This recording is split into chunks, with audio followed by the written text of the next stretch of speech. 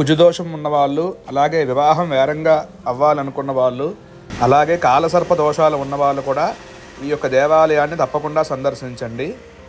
Hi friends, welcome to Gautam Srikakulam moto vlogs. ఈరోజు అయితే మనం శ్రీకాళహస్తిలో ఉన్నాం.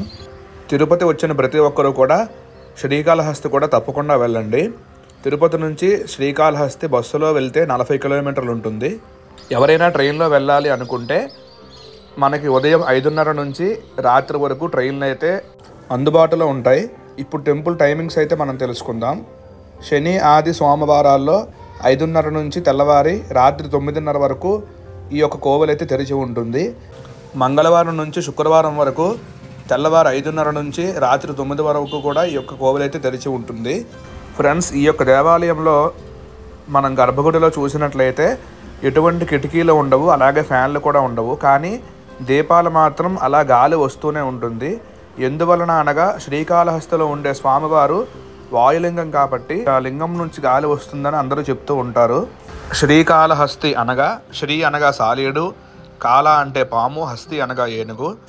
శ్రీకాళహస్తి అనగా మనందరికీ ఏనుగు, సాలీడు, పాము అయితే ఈ మూడు గుర్తుకొస్తాయి. అసలు ఈ మూడిటి ప్రత్యేకత ఇప్పుడు మనం తెలుసుకుందాం. పూర్వకాలంలో ప్రతిరోజు స్వర్ణముఖి నదిలో నీటిని ఏనుగు తన తొండంతో తెచ్చి శివలింగానికి అభిషేకం చేస్తూ ఉండేది. సాలిపురుగు శివలింగం మీద ఉండే దుమ్ము ధూళి పడకుండా గూడు నిర్మిస్తూ ఉండేదంట. అలాగే పాము ప్రతిరోజు విలువైన రత్నాలను తెచ్చి శివలింగానికి పూజిస్తూ ఉండేది. ఈ మూడు కూడా ఒకదానికొకటి తెలియకుండా శివలింగాన్ని పూజించేవి. ఒకరోజు పాము ఈ శివలింగాన్ని రత్నాలతో పూజ చేస్తూ ఉండగా సాలీడు గూడును నిర్మించింది.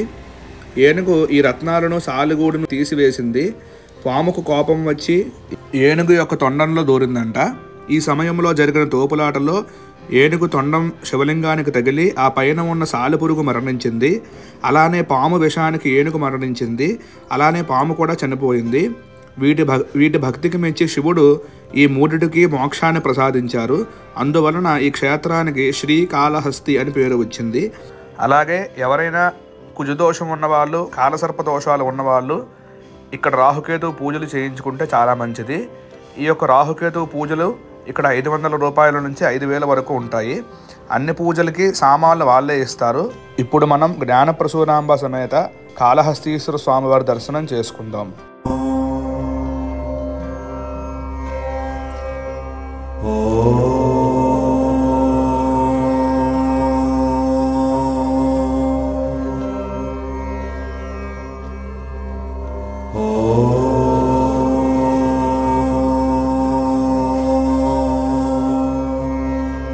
ఇక్కడ రాహుకేతు యొక్క పూజకి టోకెన్ తీసుకున్న వాళ్ళు ఇద్దరైతే పూజలో పాల్గొనవచ్చు.